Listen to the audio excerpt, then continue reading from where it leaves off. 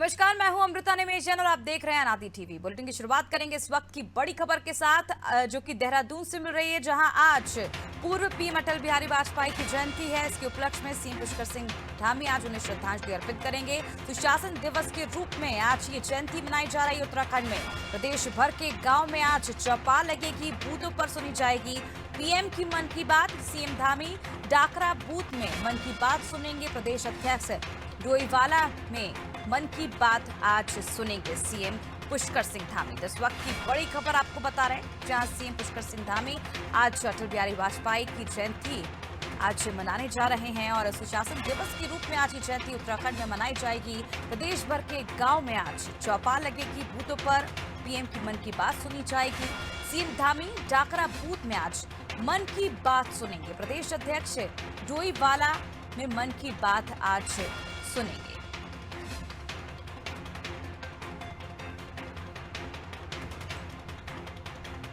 आज सुशासन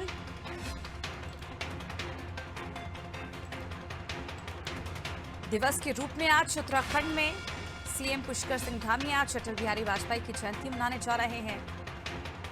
और ज्यादा जानकारी के लिए इस पूरी खबर पर हमारे साथ संवाददाता सोनू सिंह जुड़ चुके हैं। सोनू, आज बड़े स्तर पर आज कार्यक्रम आयोजित होने जा रहा है देहरादून में। पूर्व पीएम अटल बिहारी वाजपेयी की जयंती आज सुशासन दिवस के रूप में उत्तराखंड में मनाई जाने वाली है। बिल्कुल अमृता, देखिए, जो उत्तराखंड सरकार है वो पहले से ही इस बात को कह रही थी कि जब 25 दिसंबर का दिन होगा तो उत्तराखंड सरकार और उत्तराखंड जो बीजेपी है, ये दोनों के दोनों सुशासन दिवस के तौर पर इस कार्यक्रम को आयोजित करेंगे। और निश्चित तौर पर इसका प्रारूप पूरी तरह से तैयार कर लिया गया है। चूंकि आज बीजेपी के लिए एक अहम दिन है, इसलिए जो पूर्व प्रधानमंत्री हैं, भारत रत्न से सम्मानित अटल बिहारी वाजपेयी, उनकी जयंती के अवसर पर इस कार्यक्रम को आयोजित किया जा रहा है। कार्यक्रम बृहद रूप से हो, बड़े स्तर पर हो, बड़े पैमाने पर हो। इसमें पहले से ही तमाम पार्टी के नेता और सरकार के जो जिम्मेदार अफसर हैं वो लगे हुए हैं। कई दौर की बैठकें भी आयोजित की जा चुकी हैं।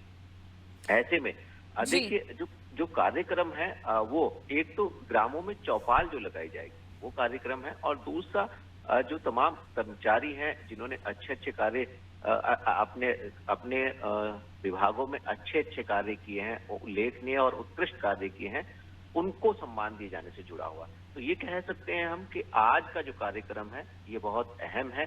उस लिहाज से जिन कर्मचारी को सम्मानित किया जाने वाला है, उस लिहाज से जिन पार्टी नेताओं को जिम्मेदारी दी गई है, उस लिहाज से सरकार की जो परफॉर्मेंस है वो बताई जा सके आज के दिन में कि हम ये कार्य कर रहे हैं। जी अमृता। बिल्कुल सोनू, जिस तरह से जानकारी आप दे रहे हैं कि बूथ पर सुनी जाएगी पीएम की मन की बात, अगर बात की जाए तो किस तरह की व्यवस्था आज की गई है सुशासन दिवस को लेकर, किस तरह की तैयारियां आज देहरादून में की गई हैं, क्योंकि एक बड़े स्तर पर आज ये कार्यक्रम आयोजित होने वाला है और मंत्री सांसद कौन किस बूथ पर रहेगा, इसकी जानकारी भी आपसे लेना चाहेंगे। देखिए अमृता, ये जो तमाम पार्टी के कार्यकर्ता हैं, पार्टी के जो पदाधिकारी हैं, देखिए जो मंत्री हैं, मंत्रियों को अलग अलग 11,000 से अधिक ऐसे बूथ हैं जिन बूथ स्तरों पर इस कार्यक्रम को आयोजित किया जा रहा है। सभी तैयारियां मुकम्मल कर ली गई हैं। चूंकि दो कार्यक्रम एक साथ हो रहे हैं, एक तो सुशासन दिवस और दूसरा इसमें जो प्रधानमंत्री नरेंद्र मोदी है उनके मन की बात का जो आज का एपिसोड है, उस के तहत मन की बात इन बूथ स्तर पर सुनी जाएगी। तो दो हो जाएंगे, एक तो सुशासन दिवस भी और दूसरा मन की बात को भी सुना जाएगा। तो बूथ स्तर पर जो पार्टी के पदाधिकारी हैं उनको जिम्मेदारी दी गई है। मुख्यमंत्री स्वयं जिस जिले को ये कह रहे हैं कि आदर्श जिला बनाया जाएगा, चंपावत, उस जिले में होंगे।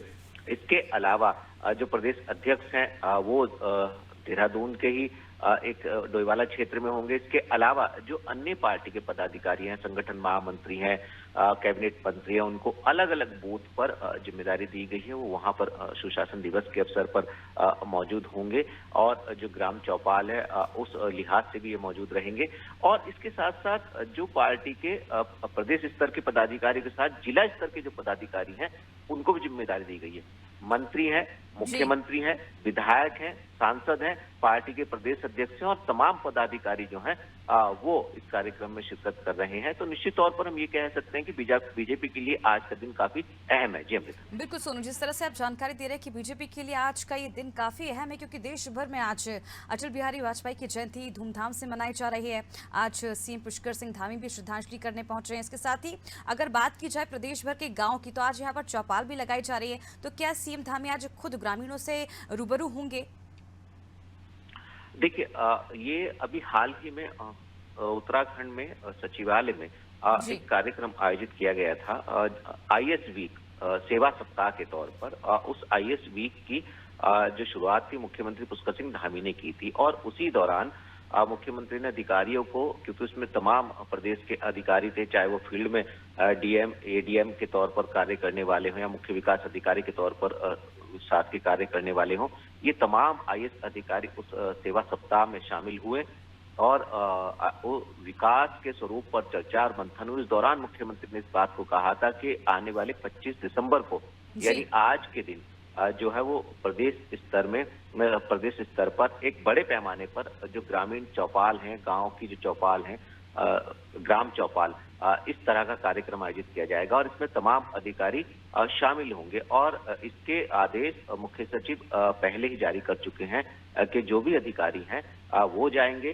खास तौर पर मुख्यमंत्री भी अपने जो उनका विधानसभा क्षेत्र है उसमें मौजूद रहेंगे और जो तमाम जो प्रशासनिक अधिकारी हैं वो इन ग्रामीण चौपालों में, जो गांव की जो चौपालें हैं, इनमें ग्रामीणों के बीच में पहुंचेंगे और जो समस्याएं गांव की हैं, खास तौर पर ग्रामीणों की हैं, उनको सुना जाएगा। और सुनने के बाद देखिए, ये जिले स्तर पर सुना जाएगा, ब्लॉक स्तर पर सुना जाएगा और उसके बाद फिर नियोजन विभाग को अमृता ये भेजा जाएगा। नियोजन विभाग के बाद ये प्रमुख सचिव के पास इन सुझावों का, इन समस्याओं के समाधान की उनका एक प्रारूप तैयार कर भेजा जाएगा और उसके बाद फिर मुख्य सचिव और मुख्य सचिव के बाद मुख्यमंत्री के पास ये जाएगा और उसके बाद फिर इन समस्याओं का समाधान हो जाएगा। जी अमृता। चलिए, बने रहिए अब हमारे साथ सोनू, आपसे और जानकारी हम लेते रहेंगे अगली खबर पर। तो बता दें, पूर्व पीएम अटल बिहारी वाजपेयी की आज जयंती है और आज देश भर में अटल बिहारी वाजपेयी की जयंती मनाई जा रही है। सीएम पुष्कर सिंह धामी आज श्रद्धांजलि अर्पित करेंगे। सुशासन दिवस के रूप में आज उत्तराखंड में ही जयंती मनाई जा रही है। इसके साथ ही प्रदेश भर के गाँव में आज जन चौपाल लगेगी। इस चौपाल में जाकर अधिकारी मौजूद रहेंगे और उनसे आज जो भी ग्रामीणों की समस्या है वो जानी जाएगी। इसके बाद जो भी समस्या होगी उसके निराकरण के लिए अधिकारियों को निर्देश भी दिए जाएंगे। बूथों पर आज पीएम मोदी की मन की बात भी आज सुनेंगे। चलिए, बड़ी खबर देहरादून से, जहां पर पढ़ाई के लिए छात्रों को सरकार लोन देगी। आसान शर्तों पर सरकार अब लोन देने जा रही है। विद्यार्थी क्रेडिट योजना के तहत ऋण दिया जाएगा। आसान शर्तों पर अब 10 लाख का ऋण प्रदान किया जाएगा। बेस्ट प्रैक्टिस के तौर पर ये योजना शुरू की जा रही है।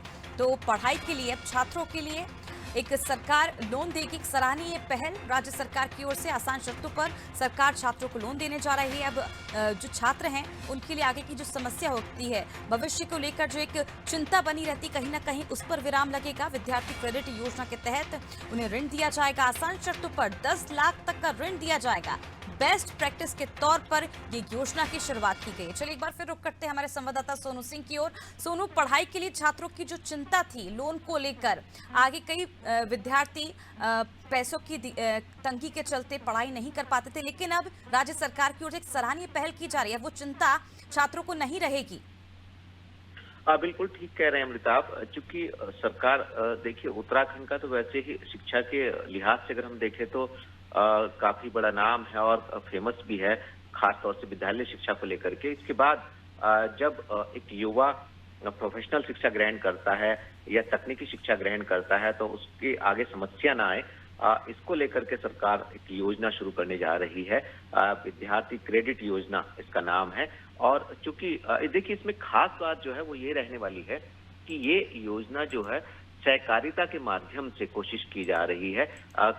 जो सहकारिता सेक्टर है उसमें एक तो महिलाओं को आत्मनिर्भर बनाने की बात सहकारिता विभाग के माध्यम से बार बार की जा रही है और उत्तराखंड की महिलाओं की आर्थिकी को मजबूत करने की बात की जा रही है। और दूसरा, अब इसी विभाग के तहत जो छात्र हैं जो शिक्षा ग्रहण करना चाहते हैं उनको 10 लाख तक का जो लोन है वो एक योजना के तहत देने का खाका तैयार किया जा रहा है। तो हम ये कह सकते हैं कि एजुकेशन को और बेहतर बनाया जा सके और जो वंचित रह जाते थे, खास तौर पर गरीब तबके के जो लोग हैं, देखिए ये जो योजना है ये अन्य प्रांतों में भी चल रही है, तो उसी को देखते हुए अब उत्तराखंड में इस योजना को हम आने वाले समय में देखेंगे शुरू हो जाएगी। और जो तमाम आर्थिक रूप से कमजोर स्टूडेंट्स हैं, खास तौर पे गरीब तबके के जो छात्र हैं जो अपनी पढ़ाई को आगे करना चाहते हैं, निश्चित तौर पर सरकार उनको सहयोग करेगी, ऋण देगी और इस ऋण से कहीं ना कहीं जो युवा हैं उनका भविष्य जरूर संवरेगा। जी अमृता।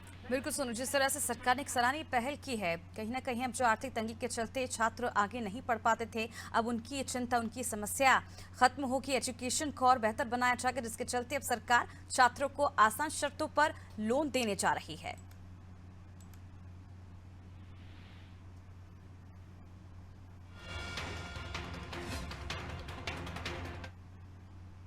चलिए बात करते देहरादून की, जहां पर मजदूरों पर हो रहे पथराव पर राजनाथ सिंह का बयान सामने है। नेपाल की ओर से हो रहा मजदूरों पर पथराव।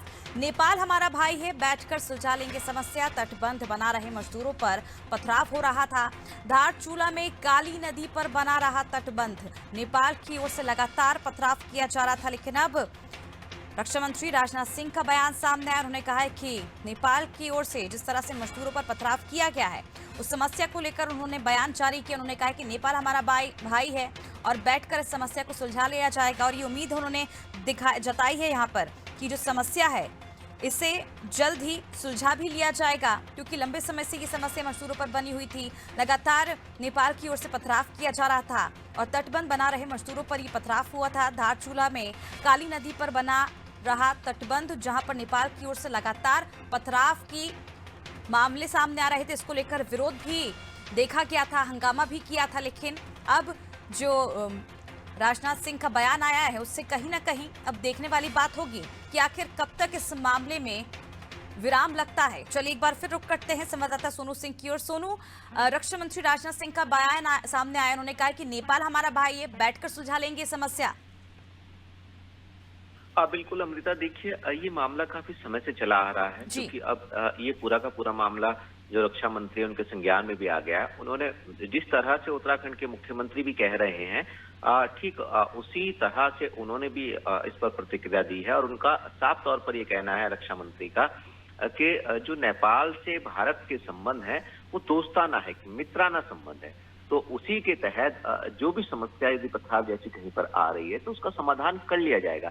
देखिए मामला काफी समय से चला आ रहा है। ये उत्तराखंड का जो सीमांत जनपद है पिथौरागढ़ का जो धारचूला क्षेत्र है जो नेपाल सीमा से लगा हुआ है। नेपाल और उत्तराखंड जो भारत की और नेपाल की सीमांकन करने वाली काली नदी है उसका एक इलाका जो एक छोर है वो उत्तराखंड में है और दूसरा नेपाल की साइड है। तो देखिए सुरक्षा के लिहाज से जब बरसात होती है तो उस समय पर जब काली नदी का रौद्र रूप देखने को मिलता है और जल की धारा जो तेज रफ्तार से और बड़ी मात्रा में जल प्रवाहित होता है बरसात के समय पर, नदी उफान पर हम कह सकते हैं नजर आती है, उस समय जो धारचूला इलाके के जो लोग हैं, इस क्षेत्र के जो ग्रामीण हैं, इनके लिए संकट खड़ा हो जाता है। तो इनकी सुरक्षा के लिए ये तटबंध बनाया जा रहा है। और जब तटबंध बनाए जाने का कार्य शुरू हुआ तो पथराव नेपाल की तरफ से, नेपाल मूल के कुछ लोगों ने इस पर पथराव किया।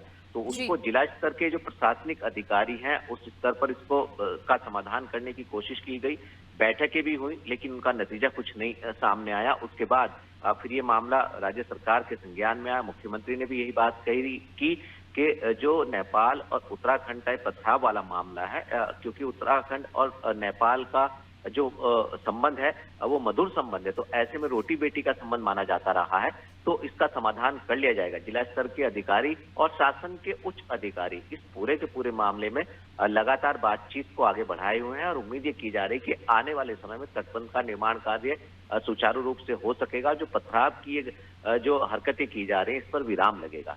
जी अमृता। बिल्कुल सोनू, जिस तरह से आप जानकारी दे रहे हैं कि जो पथराव की खबरें लगातार सामने आ रही थी, उस पर कहीं ना कहीं अब विराम लगेगा, क्योंकि रक्षा मंत्री के संज्ञान में भी पूरा मामला आ चुका है। इससे पहले राज्य सरकार ने भी कोशिश की थी इस मामले को सुलझाने की, लेकिन ये मामला सुलझ नहीं पाया था। लेकिन जिस तरह से अब रक्षा मंत्री का बयान सामने आया है, क्या लगता है मजदूरों को कितनी उम्मीद है इस बयान के बाद?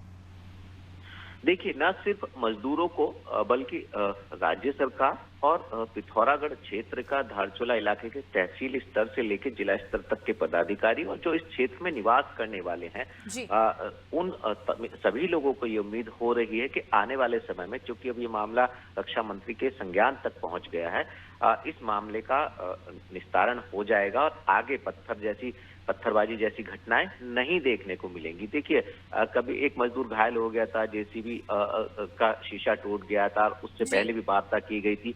कोशिश यही की जा रही, उम्मीद यही लगाई जा रही कि आने वाले समय में, चूंकि अब ये मामला और ज्यादा हाई प्रोफाइल हो गया है और दो देशों की सीमाओं से जुड़ा हुआ, हालांकि इसमें एक राहत की बात यह है कि दोनों ही देशों के जो संबंध है वो मित्राना संबंध है, तो ऐसे में अब ये उम्मीद की जा रही, तमाम जो लोग हैं वो ये उम्मीद कर रहे हैं कि इस समस्या का जल्द ही समाधान हो जाएगा और आगे इस तरीके की चीजें देखने को नहीं मिलेंगी। जी अमृता। बिल्कुल सोनू, यही उम्मीद की जा सकती है, क्योंकि अब ये संज्ञान में आ चुका है रक्षा मंत्री की पूरा मामला।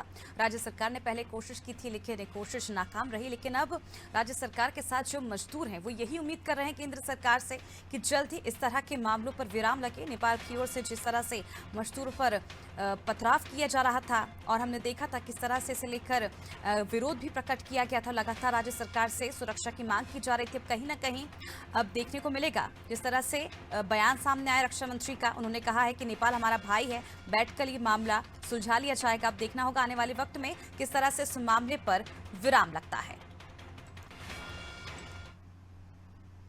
चलिए, अब खबर मिल रही है देहरादून से, जहां देवढुंग में सामूहिक धर्मांतरण का मामला सामने। ईसाई मिशनरी से जुड़े 7 लोगों पर केस दर्ज किया गया है। बीजेपी समेत हिंदू संगठनों ने जुलूस निकाला। देवढुंग में एनजीओ ने एक समारोह किया था। नेपाली मूल के 1 दर्जन लोग उसमें शामिल हुए थे। ग्रामीणों ने सामूहिक धर्मांतरण का आरोप भी लगाया है। तो आपको बता दें, देवढुंग में सामूहिक धर्मांतरण का मामला गरमाया हुआ है। ईसाई मिशनरी से जुड़े 7 लोगों पर केस भी दर्ज किया गया है। चलिए, अब रुक करते एक बार फिर संवाददाता सोनू सिंह की ओर। सोनू, ईसाई मिशनरी से जुड़े 7 लोगों पर केस दर्ज किया गया है। एक बार फिर धर्मांतरण का मामला गरमाया हुआ है उत्तराखंड में।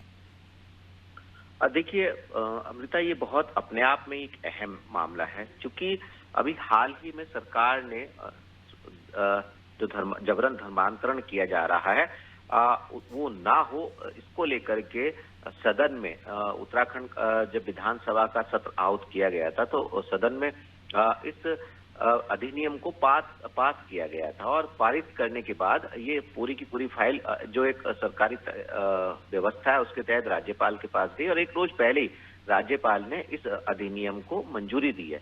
और जैसे ही ये प्रदेश में ये अधिनियम लागू हुआ और उसके तत्काल बाद ही एक ये केस सामने आया है, जिसमें तमाम जो समुदाय के लोग हैं वो इसमें संलिप्त बताए जा रहे हैं। और ऐसे में जब ये मामला सामने आया, तो चूंकि अब ये पूरी तरह से कानून बन चुका है और शायद इसका अंदेशा पहले से सरकार को रहा, सरकार के पास ये जानकारी रही है, इसी को लेकर के इसको कानून बनाया गया है। तो अब चूंकि ये मामला पहला मामला आया है और इसमें मुकदमा दर्ज कर लिया गया। हालांकि दूसरे पक्ष ने भी इसमें मारपीट और शांति भंग की धाराओं में मुकदमा दर्ज करवाने के लिए अपील की है और एक प्रार्थना पत्र पुलिस थाने में दिया है। लेकिन सवाल ये खड़ा हो रहा है अमृता कि क्या वाकई इस तरीके की चीजों से आने वाले समय में हम देख सकते हैं स्थिति भयावह हो सकती है।